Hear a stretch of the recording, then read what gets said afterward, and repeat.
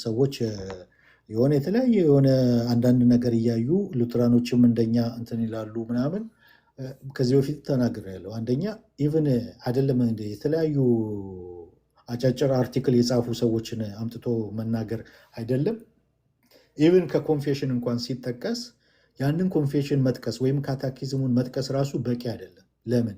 ያንን ኮንፌሽንና ካታኪዝምን በደንብ አድርገው ያብራሩት የሉትራንን ዶግማ በጣም ዲፕ በሆነ መልኩ የቀረጹት በቴዎሎጂውም በላቲን ወርዶችም በፍልስፍናው በደንብ በቃ ጠንካራ ኮንክሪት እንዲሆን ያደረጉት ኦርቶዶክሲ ሉትራን የሚባሉት ናቸው። እነዚህ አምስቱ ከማርቲን ኬሚኒስ ጀምሮ እስከ ዴቪድ ዎላስ ድረስ ያሉት ማርቲን ኬሚኒስ፣ አብርሃም ካሎቪስ፣ ኩኒስትድ፣ ዮሐን ጌራርድ፣ ዴቪድ ዎላስ የመጨረሻው ዴቪድ ዎላስ ነው። እነዚህን ስኮላሮች ጽሁፋቸውን ሰው ሳያቅ ሉትራንን ልተች ቢል ምንም ዋጋ የለውም። ምክንያቱም አሁን ስለ መስቀል ያልኩን ስኮላሮቹ እነዚህ ስኮላሮች በደንብ ዲፋይን አድርገውታል። ስለተለያየ ነገር ኮንፌሽን ላይ ያለውን ካታኪዝም ላይ ያለውን በቴዎሎጂ ከአባቶች ትምህርት ጋር በማስተሳሰርና ቴዎሎጂ በጣም ጥልቅ ዲፕ እንዲሆን ያደረጉት እነዚህ ስኮላሮች ናቸው። ስለዚህ የእነዚህን ጽሁፎች ሰው ሳያቅ አንዱን ቮሊዩም እንኳን ሳያነብ ማርቲን ኬሚኒስ አሁን ካውንስል ኦፍ ትሬንት የሚለው ወደ 8 ቮሊዩም ነው ያለው አይደል?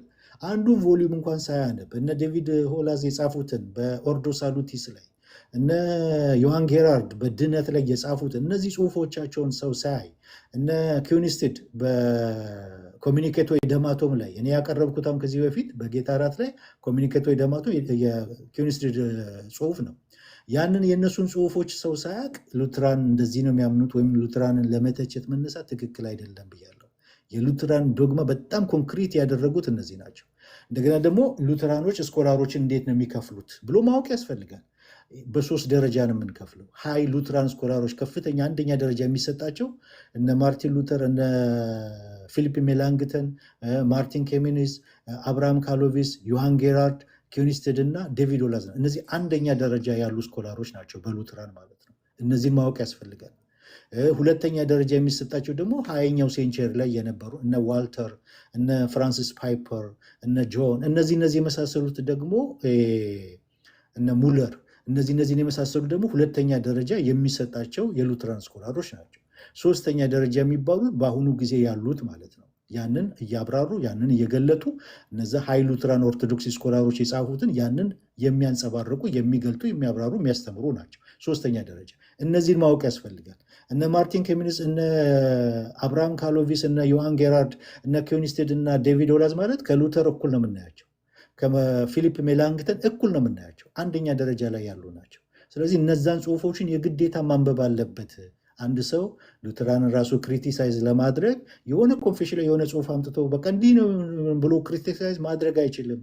የነዚህን ጽሁፎች ሳይ ያ ነገር የተብራራው በኮንፌሽኑ ላይ የተቀመጠው ነገር ሃይሊ ቴዎሎጂካሊ ከአባቶች ጽሁፍ ጋር በተሳሰረ መልኩ የተብራራው በእነዚህ በ5ቱ ኦርቶዶክስ ሉትራን ነው። ስለዚህ እንደዛ ማድረግ ነው ያለባችሁ። የሉትራንን አስተምሩ በደንብ ለመረዳት ለማወቅ፣ ለመተቸትም እንትን ለማለትም። ይሄ ከእነሱም ውጭ ደግሞ የሆነ ማን እንደጻፈው የማይታወቅ አርቲክል እያመጡ ምናምን እሱ ቀልድ ነው። ኤርሚያስ ወይ ቀልድ ብሏል። ይሄ ወይ ቀልድ የሚያስብል ነው። ሉተር በጋላትያ ትርጉሙ ላይ በጋላትያ 3:13 ትርጉሙ ሄሎ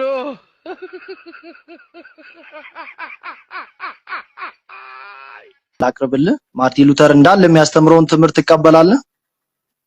ማርቲን ሉተር እንዳለ የሚያስተምረውን ትምህርት እውነቱን ለመናገር እኔ አልቀበልም፣ ልቀበልም አልችልም። አይደለም እንዳለና ኢቨን እኔ ቅዱስ ቁርባን ላይ ራሱ ማለት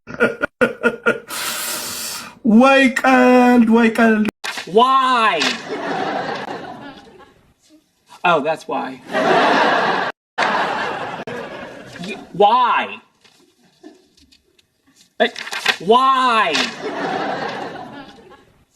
Oh, that's why.